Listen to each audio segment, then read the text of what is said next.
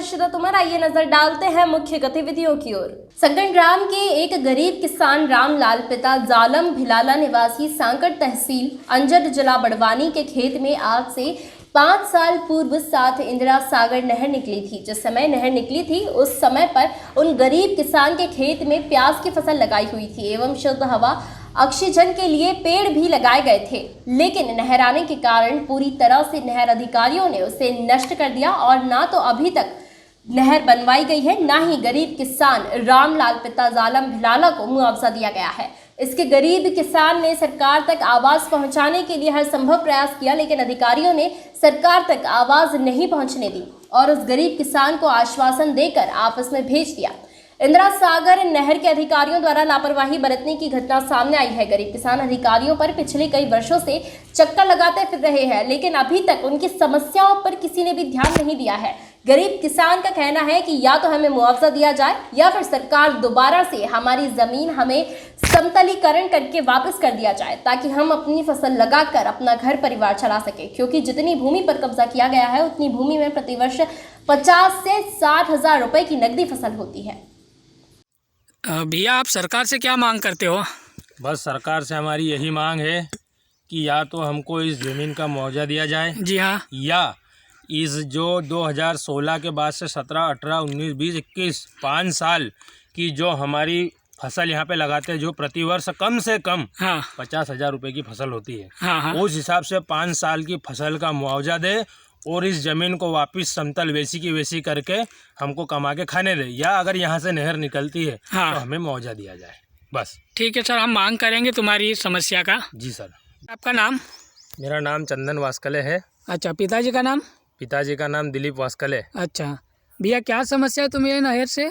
समस्या सर ये है कि ये जो आप देख रहे हो जी हाँ स्थिति, हाँ सर ये 2016 नवंबर से ये स्थिति ऐसी की ऐसी है। हाँ 2016 नवंबर को नहर के कुछ अधिकारी यहाँ खेत में आते हैं। अच्छा। यहाँ पर मम्मी काम कर रही रहती है और मैं और पापा, यहाँ पे कोई भी नहीं रहता है, सिर्फ मम्मी थी। हाँ। उसके बाद में नहर के अधिकारी आते हैं और बोलते हैं कि जी यहाँ पे नहर का काम होएगा। उस समय क्या है, ये इसी जगह जहाँ पे अपन खड़े हैं, इस जगह हमारी प्याज की फसल थी। अच्छा। तो मम्मी का कहना था कि अभी खेत में कोई नहीं है, मैं किसी को बुलाती हूँ, उसके बाद आप बात कर लेना। उसके बाद में वो जो भी बोलते हैं फिर पापा आते हैं और पापा के द्वारा नहर के जो ठेकेदार थे उनसे उनको बताया गया कि सर, वो बोलते हैं कि ये जमीन सरकारी है। अच्छा। और उस समय अपने यहाँ पर प्याज लगे थे।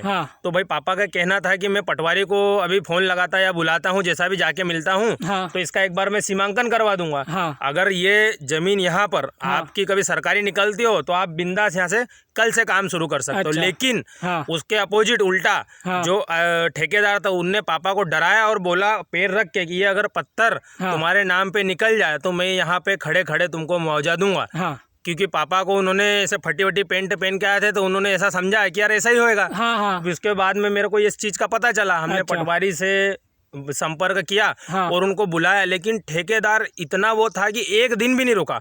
उसने उसी दिन शाम को डैम्पर बुला के पटवारी साहब को आपने फोन लगा के बुलाया? जी। तो पटवारी साहब ने क्या बोला था? पटवारी साहब ने बोला था कि मैं आऊँगा सीमांकन करने के लिए, कल आऊँगा। और हमने ये चीज ठेकेदार को बताई कि पटवारी साहब से हमारी बात हुई है, वो कल आके मौके पे देखेंगे।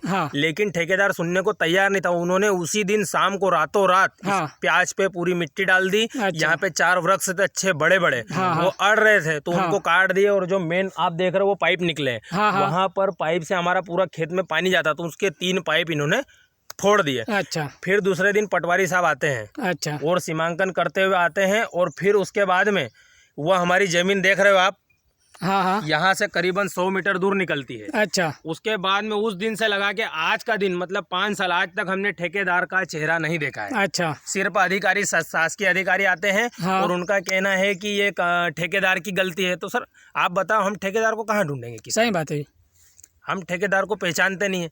अब हमको पटवारी बोल के गया है कि आपकी जमीन यहाँ पे है। ठीक है, सब स्थिति क्लियर है। उस दिन से लगा के आज तक कोई भी नहीं आया। अच्छा। सर उसके बाद में मैं जन सुनवाई बड़वानी, NVD बड़वानी, SDM राजपुर, ठिकरी जनपद और मेसर्स काका ये तो कागज डॉक्यूमेंट्स तुम पकड़ रखे हो, ये किसके है काका? सर ये मैं एनवीडी में गया था। अच्छा। राजपुर एनवीडी में दिया। हाँ। फिर बड़वानी एनवीडी में दिया।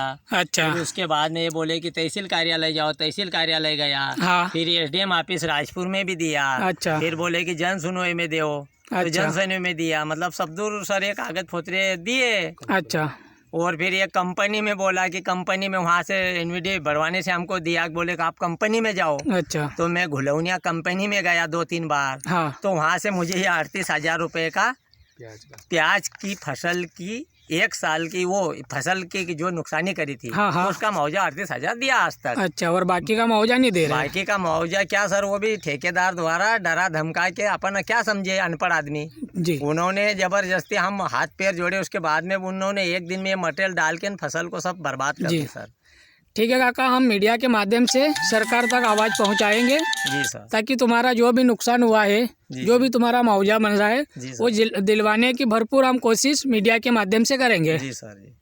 ये तुम्हारी पावती की जमीन इधर सामने पटवारी ने इधर ये बेड़ी है सर, यहाँ से पत्थर रखे हैं अभी भी। अच्छा। ये बेड़ी है सर। हाँ। बेड़ी के किनारे आज भी पत्थर वैसे के वैसे पड़े हैं सर, 2017 के रखे हैं धर्मेंद्र सोलंकी द्वारा। अच्छा, ये पावती की हम लोग भाई जो खड़ा है वहाँ तक, उससे भी उधर है सर, उससे भी उधर है? उससे भी 5 मीटर उधर है। अच्छा। पावती की और नहर यहाँ से बीच से निकाली? नहर वालों ने तो हमारे सर उधर 1 एकड़ बाहर जगह छोड़ के अंदर निकाली है। अच्छा।